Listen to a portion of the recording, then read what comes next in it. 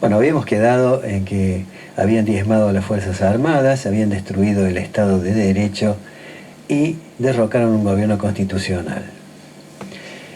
La caída de Perón fue provocada por Inglaterra, no por Estados Unidos, que luego de años de ofensiva debió ceder ante un gobierno de contenido nacional. Inglaterra, después de la Segunda Guerra Mundial, recuperó su antigua condición de potencia exportadora de capitales de inversión. Tal hecho corrobora una afirmación de Perón expresada a la revista Tempo de México en 1955.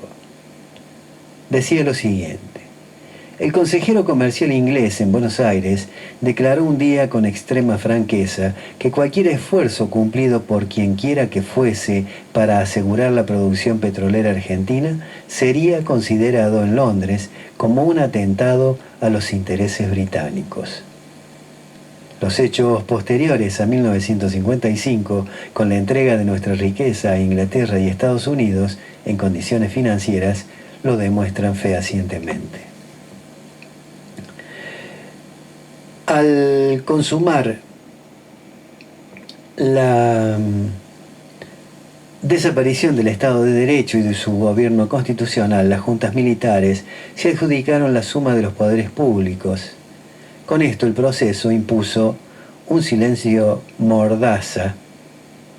Esto permitió que actos como la Guerra de las Malvinas fueran consumados sin consultar en ningún momento a prestigiosos catedráticos y estudiosos civiles y militares especializados y experimentados en la política exterior que Gran Bretaña había llevado a cabo en la República Argentina desde hacía más de 2 siglos. De la misma manera, la deuda externa concertada fraudulentamente contra la nación argentina le fue adjudicada al país con la metodología del silencio y con la persuasión de la desaparición para quienes intentasen escarbar en estas cuestiones. Ustedes habrán escuchado esto y habrán dicho: este tipo, el programa anterior leyó esto. Sí, exactamente. Lo volví a leer para refrescarles el capítulo anterior y para que tuviera hilaridad lo que viene a continuación. La Guerra de las Malvinas fue una guerra internacional intensamente cruenta, a la cual los comunicados de la Junta Militar de la Argentina paradójicamente se empeñaban en denominar conflicto. Esta guerra se prolongó desde el 2 de abril hasta el 14 de junio de 1982. En esta fecha, las fuerzas inglesas derrotaron completamente a las fuerzas argentinas de soldados bisoños que se batieron con heroísmo, con dignidad, con honor y sin material adecuado frente a un enemigo que en ningún momento ocultó su ferocidad y salvajismo. Ferocidad y salvajismo que se concretaron en fusilar y torturar a indefensos prisioneros de guerra argentinos. La República Argentina, vencida por el Reino Unido de Gran Bretaña e Irlanda del Norte, quedó desde entonces sometida a la ley del vencedor.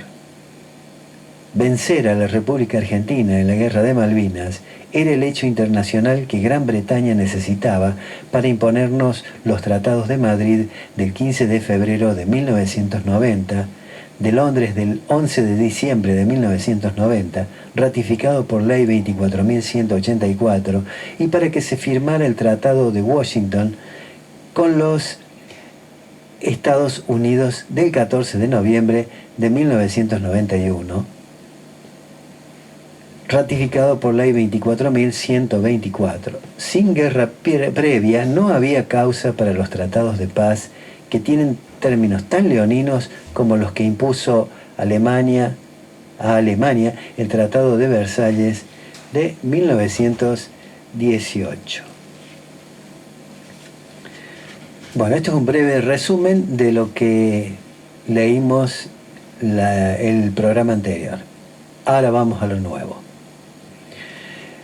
Tal la tesis del profesionalismo militar aséptico del exteniente general Jorge Rafael Videla, que fue opuesta a la tesis del profesionalismo militar integrado del teniente general Alberto Numa, Laplan, comandante general del ejército en 1975, del coronel Vicente Damasco, ministro del Interior en la misma época, y la que postulamos nosotros con el ministro de Economía, Emilio Mondelli, en la formación del gabinete económico que antes hemos referido.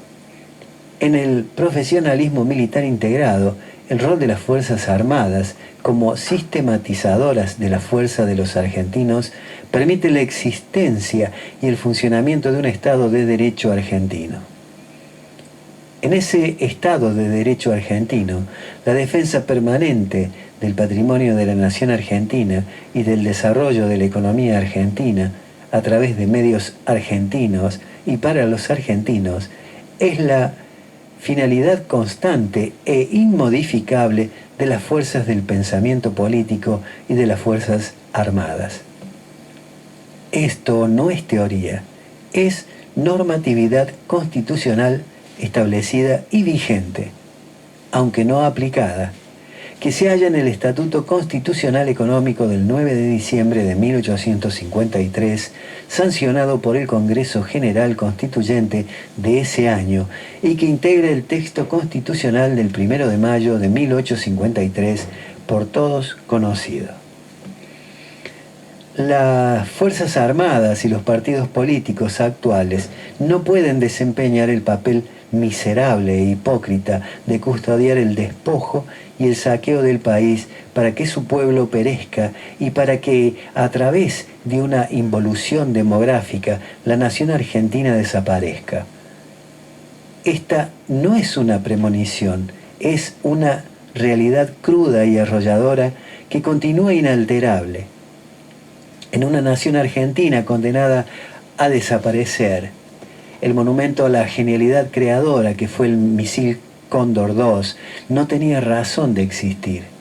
Por eso el presidente Menem se apresuró a cumplir el mandato británico-norteamericano de destruirlo. En síntesis, no puede existir una política económica y exterior propia del país sustentada en fuerzas armadas que se nutran de una política económica y de una política exterior que dependa, sin circunloquios, de gobiernos extranjeros. Tal es la situación de la República Argentina. Las Fuerzas Armadas son la sistematización de la fuerza al servicio de partidos políticos que están incondicionalmente al servicio de la ley del vencedor y de la ley del acreedor, contra el orden económico natural del pueblo argentino y contra los intereses materiales y concretos de la nación argentina.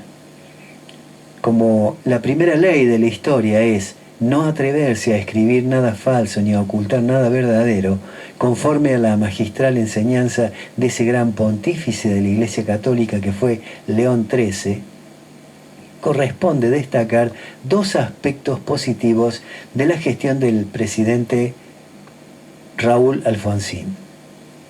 Primero, los autores del 24 de marzo de 1976 terminaron con la pena ejemplar de reclusión perpetua. El presidente Menem, más tarde, procedería a indultarlos. Segundo, la ley del vencedor no fue acatada, cumpliendo con el artículo 67, inciso 21 de la Constitución Nacional, que establece que corresponde al Congreso autorizar al Poder Ejecutivo para declarar la guerra o hacer la paz. El ministro de Relaciones Exteriores, doctor Dante Caputo, se abstuvo de entrar en tratativas con Gran Bretaña, quedando la situación de beligerancia con Inglaterra en la misma situación de hecho que siguió al finalizar la guerra. Las relaciones diplomáticas con Gran Bretaña no se restablecieron. La posterior designación del ministro de Relaciones Exteriores, Dante Caputo, como presidente de la Asamblea General de las Naciones Unidas, el 21 de septiembre de 1988, fue comentada por los diarios londinenses como una derrota para Gran Bretaña. Por ello, es extraño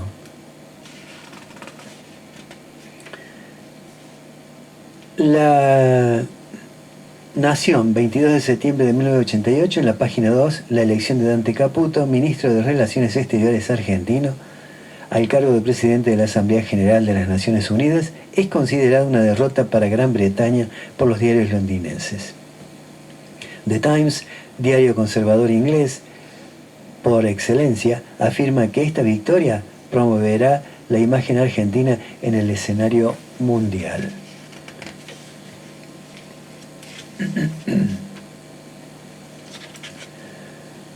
Por ello es extraño que la firma de Dante Caputo en su carácter de diputado nacional aparezca en 1992 aprobando el dictamen ratificatorio del Protocolo de Garantías de Inversión firmado en Londres el 11 de diciembre de 1990.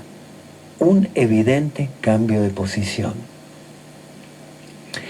El mérito o la prudencia del gobierno del doctor Raúl Alfonsín de no haber acatado la ley del vencedor en la Guerra de Malvinas no fue correlativo a la aceptación de la ley del acreedor de la deuda externa que el proceso le fraguó a la nación argentina.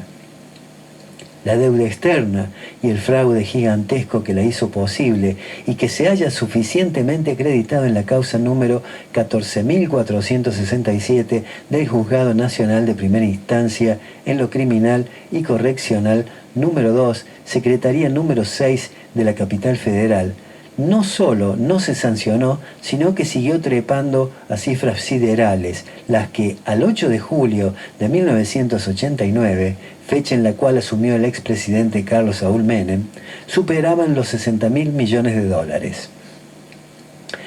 Entre los actos que permitieron este incremento debe destacarse la conclusión del trámite de estatización de la deuda externa privada llevada a cabo por el Banco Central el 1 de julio de 1985 a través de las comunicaciones del Banco Central de la República Argentina A695, A696 y A697. En virtud de estos documentos del Banco Central de la República Argentina, el Estado Nacional se hizo cargo de deudas que no tenía y que pertenecían exclusivamente a empresas privadas. A su vez, entre el 21 y 24 de agosto de 1987, en Nueva York, los doctores Broderson y McKinney, secretario de Hacienda y presidente del Banco Central respectivamente, suscribieron un nuevo acuerdo de refinanciación de la deuda externa. No obstante, lo inventariado en cuanto al acatamiento de la ley del acreedor, sin articular defensas de ninguna índole, ni accionar judicialmente por su nulidad manifiesta ante los tribunales argentinos o ante tribunales internacionales, el gobierno de Raúl Alfonsín no consumó una novación y legitimación integral de la deuda externa como lo hicieron el presidente Menem y su ministro de Economía, Domingo Felipe Cavallo. Grábense bien este nombre, Domingo Felipe Cavallo. Con el Plan Brady, firmado en noviembre de 1992.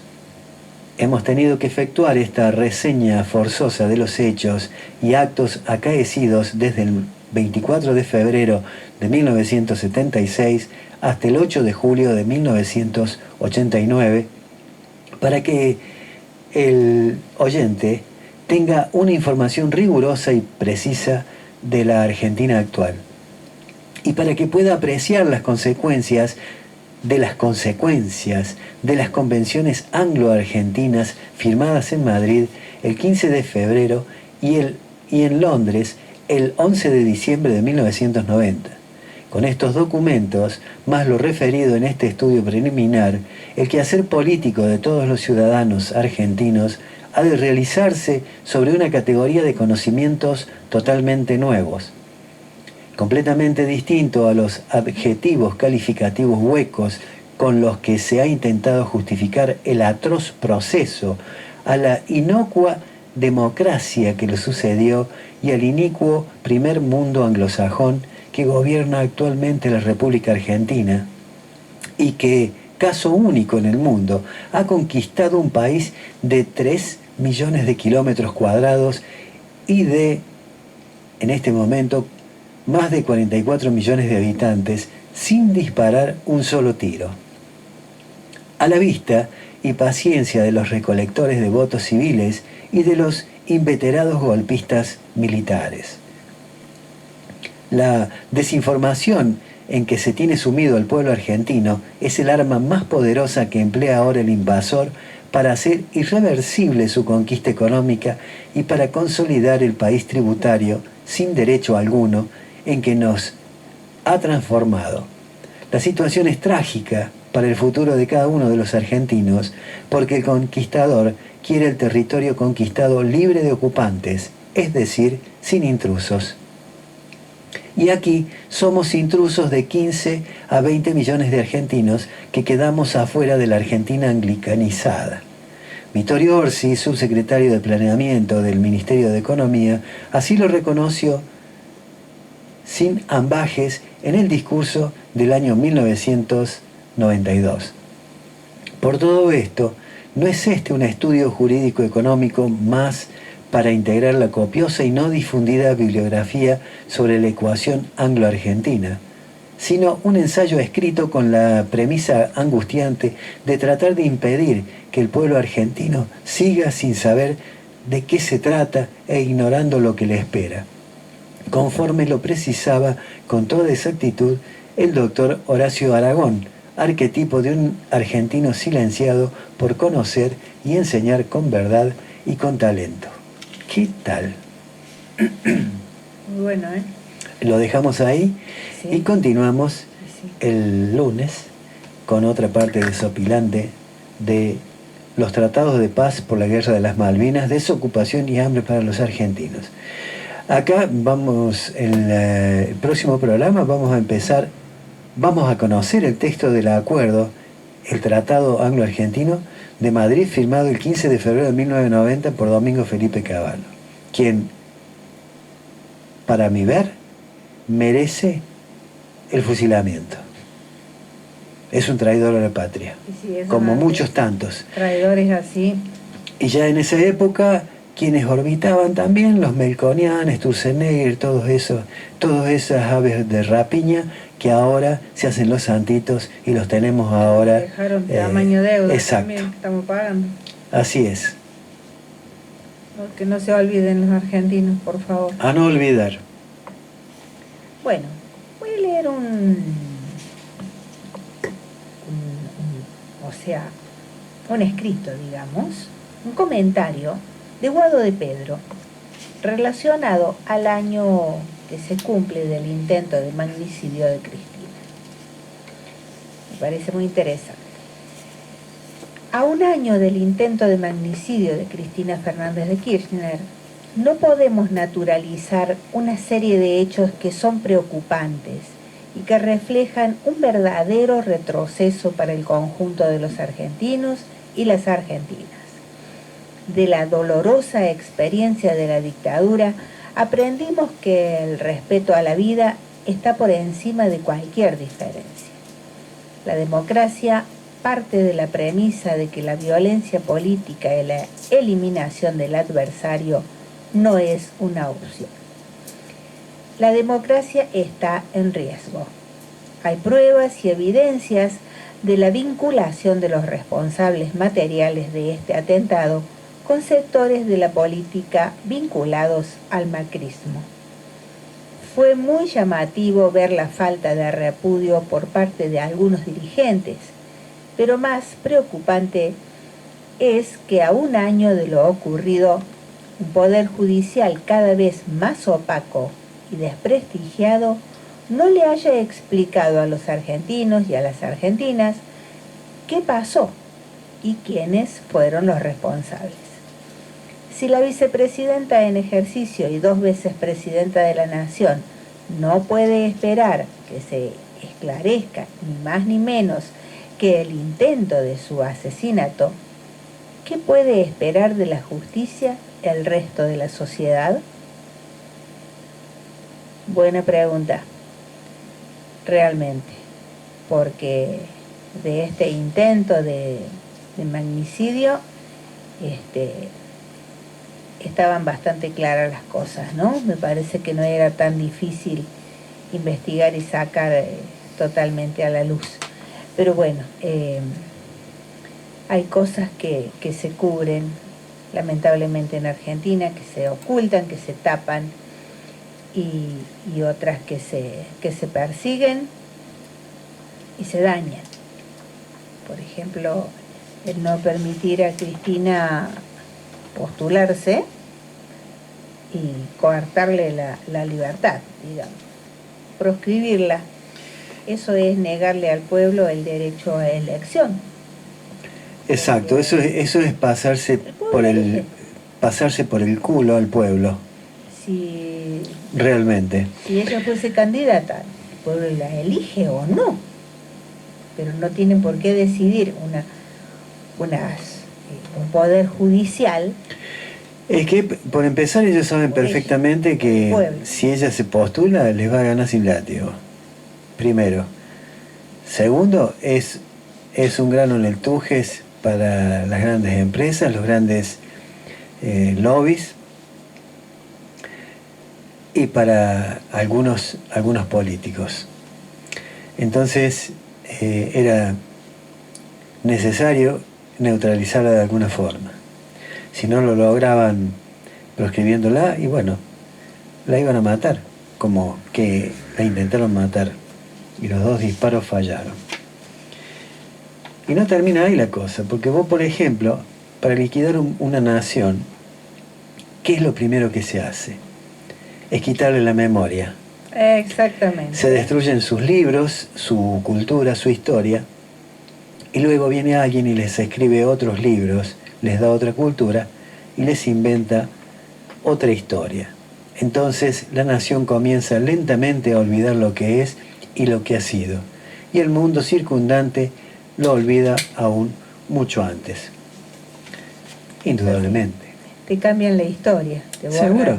Es lo que está pasando, por ejemplo, es lo que está pasando en Ucrania en este momento, con la destrucción de los monumentos de alguna vez sus héroes locales, como eran los rusos cuando los liberaron del yugo del Tercer Reich.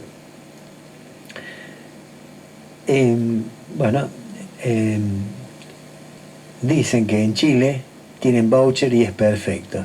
Si es así, preguntarse, ¿por qué los chilenos se cruzan la cordillera para estudiar en nuestras universidades?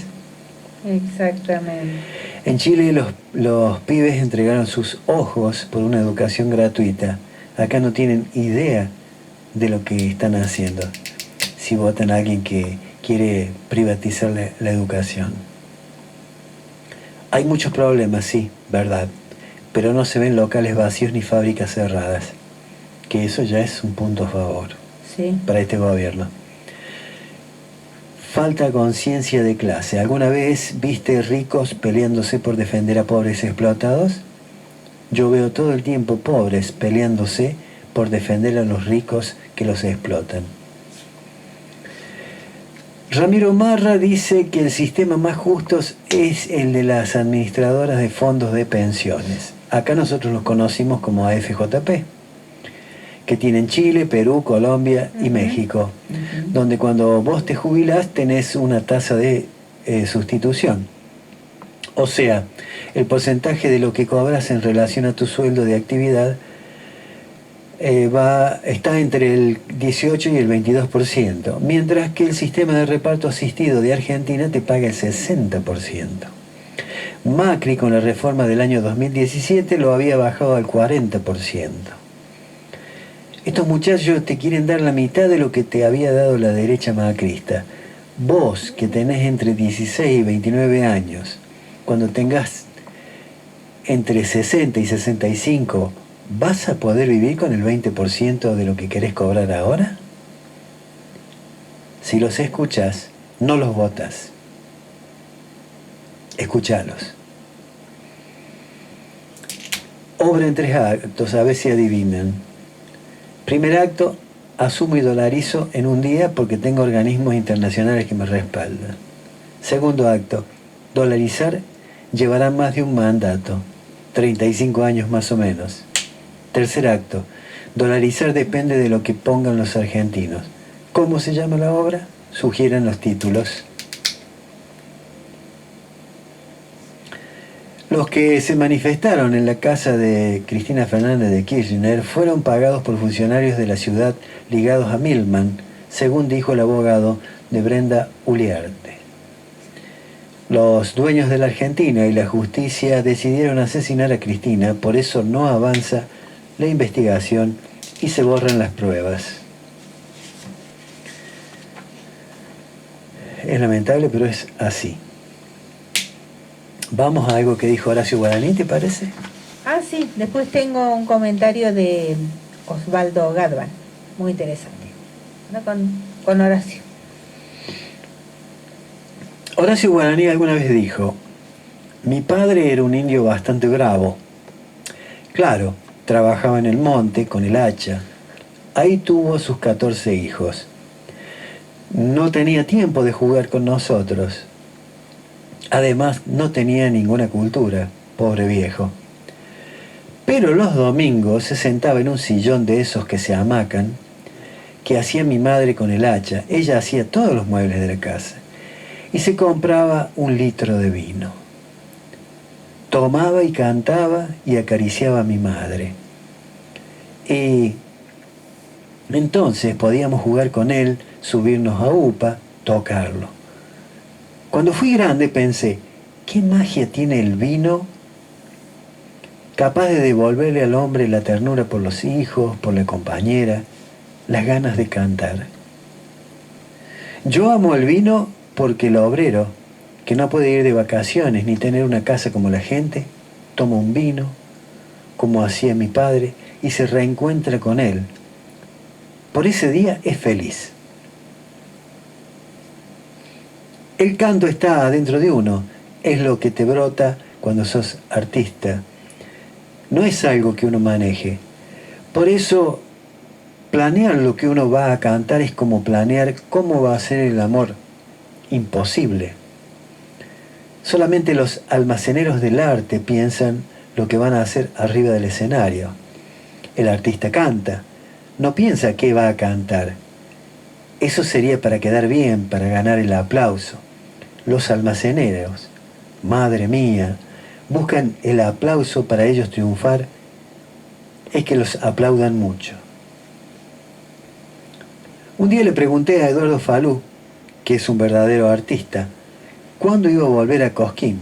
Me dijo, cuando dejen de decir a ver las palmitas. Si vos pedís el aplauso, no lo ganaste, lo pediste. Como cuando estás cantando y la gente habla, ¿será que les gusta más que escucharte? Vos tenés que hacerlos callar con tu canto, no pidiendo silencio. Lo que pasa es que el mundo, y por supuesto nuestro país, están establecidos sobre bases falsas. Nos quieren hacer creer que la alegría es ganar plata y poder. Esos no son valores, son medios para explotar a la gente. El hombre debe cultivar los valores del amor, del sentimiento, de la honradez.